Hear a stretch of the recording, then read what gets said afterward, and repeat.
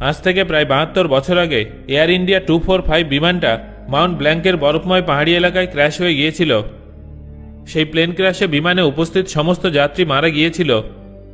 তবে এই ঘটনার বেশ কয়েক বছর পর কাহিনীতে তখন টুইস্ট আসে, যখন ইজিপ্টে বসবাসকারী ছোট একটা পরিবার, যারা এয়ার ইন্ডিয়া 245 বিমান দুর্ঘটনায় তাদের ছেলেকে হারিয়ে ফেলেছিল, তাদের বাড়িতে একটা চিঠি আসে। সেই চিঠিটা দেখে ওই পরিবারের সবাই অবাক হয়ে গিয়েছিল, কারণ সেই চিঠিটা তাদের ছেলের ছিল।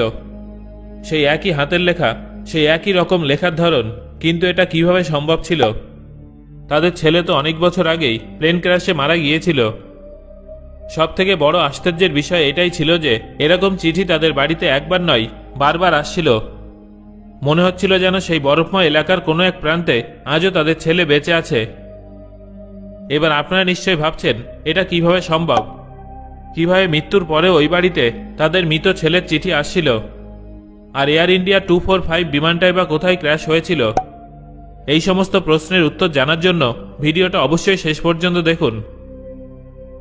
1950 সালের 3রা নভেম্বর, অর্থাৎ আজ থেকে প্রায় 72 বছর আগে, air India flight 245 Shah international airport Bombay থেকে রওনা দিয়েছিল।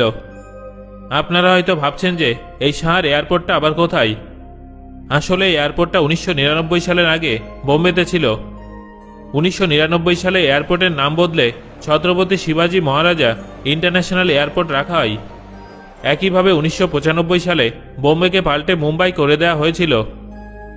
যাই হোক, এই বিমানটা শাহ এয়ারপোর্ট থেকে রওনা দেয়। বিমানে 40 জন যাত্রী এবং 8 জন ক্রু মেম্বার উপস্থিত ছিল। এটা একটা দীর্ঘ ফ্লাইট ছিল।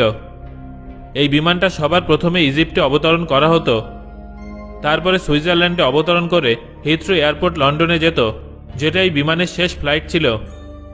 এটা L749 মডেলের বিমান ছিল, যেখানে 4টে প্রপেলার ইঞ্জিন লাগানো ছিল।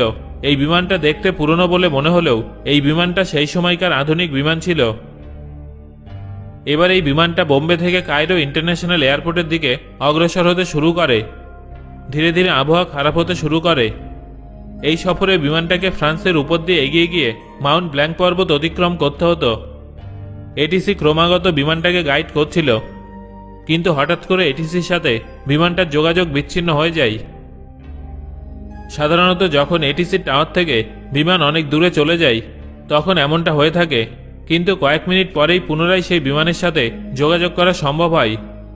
তবে হয়তো ফ্লাইট 245 এর ক্ষেত্রে বিষয়টা সেরকম ছিল না। এটিসি ক্রমাগত চেষ্টা চালিয়ে যাচ্ছিল যাতে পুনরায় বিমানটার সাথে যোগাযোগ করা যায়, কিন্তু দুর্ভাগ্যবশত সেটা সম্ভব হয়নি।